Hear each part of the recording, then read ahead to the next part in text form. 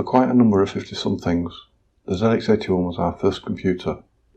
Soldered together by a relative if you went for the build-it-yourself version, this knocked a bit off the fully built price. Once built, my father got a replacement keyboard from work because the membrane keyboard was so painful to use. And the ZX81 lived inside it, RAM pack wobble became less of an issue. The main problem for me was the ZX81 would regularly crash when the fridge was shut, as it spent a spike through the mains. One of my friends had a ZX80 and the other a Sharp MZ80K, but while they were interesting machines, for a while my ZX81 was the most fun machine in our circle, until one of them got a BBC Micro, but that's another story. I learned BASIC on it and then machine code, building my own game cabins as described in other videos, and this led on to a career in software. But it wasn't all hard work coding away, and I spent a lot of time playing games too. One of my mates up the road also had a ZX81, and we were happy to lend each other games to get the most out of our computers. I remember well the most famous games, 3D Monster Maze and Mazogs, or Mazogs for example. Both classics, but what other games did I play? A couple of years ago I found a scrap of paper pinned to my old notice board, and it listed the software I used most often that I typed up on a typewriter. Mazogs and 3D Monster Maze were on there of course, and Football Manager, which I remember playing at length, though it was extremely basic. Also on there were ZX81 versions of classics like Invaders, Galaxians and Asteroids, which were way inferior to the arcade versions but still fun to play.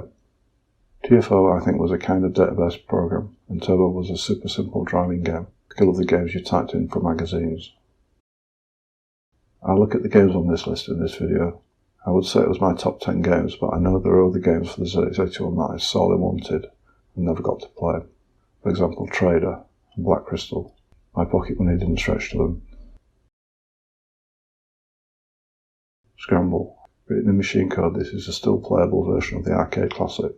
The rudimentary graphics are typical of the ZX81 remakes of classic games, and some of the games using them have become iconic in their own right. The controls are okay, you get a reasonable number of lives and it's still fun to play. Galaxy Invaders. Space Invaders and Galaxians were remade on most of the home computers of the time, and though these computers weren't able to copy the graphics of the arcade games, they were still fun to play. With this game, the fast speed of play make it still quite tricky. Gunfight. I had forgotten about this game, but the simplicity of its concept, a wagon moving up the screen, a couple of cacti and two cowboys shooting it out, made this one very nostalgic to look back at. One of my friends always wanted to play it when he came round, and now I see why. It's simple, but still fun. Fungaloids. This was one of my favourite games for the ZX81. Bomb the growing fungaloids to the ground to complete the level. Reload bombs when you need to, and don't run out of fuel.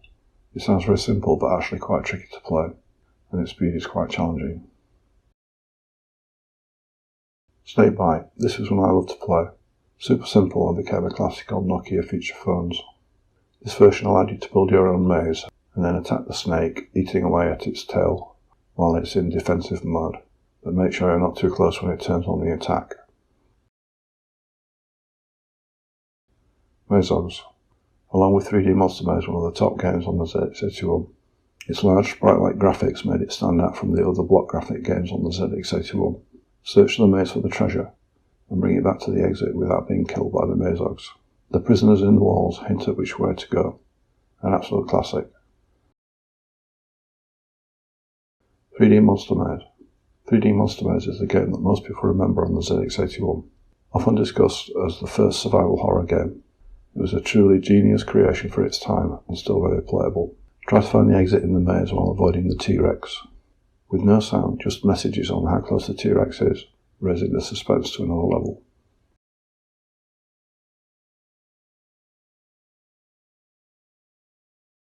Gulp 2.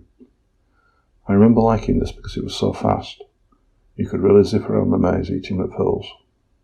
My friends didn't like it because they couldn't figure out the controls. 40 years later, neither can I.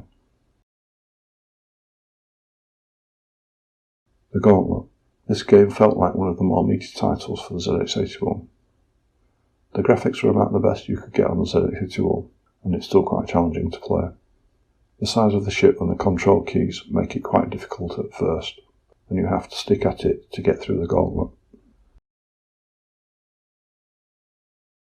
Flight Simulator.